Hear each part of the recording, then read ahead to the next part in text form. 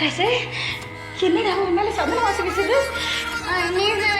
வந்தாங்களா, அவங்கலாம் என்னை தூக்கிட்டு வந்து இந்த ஊருக்குள்ள விட்டாங்க. இங்க இருந்து நீ போ, நான் எல்லையிலேயே நினைக்கிறேன். யாரு அவரு? தெரியல.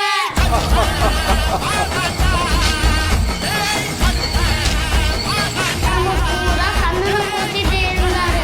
இந்த அருவாள் கூட அவர் தான் கொடுத்தாரு.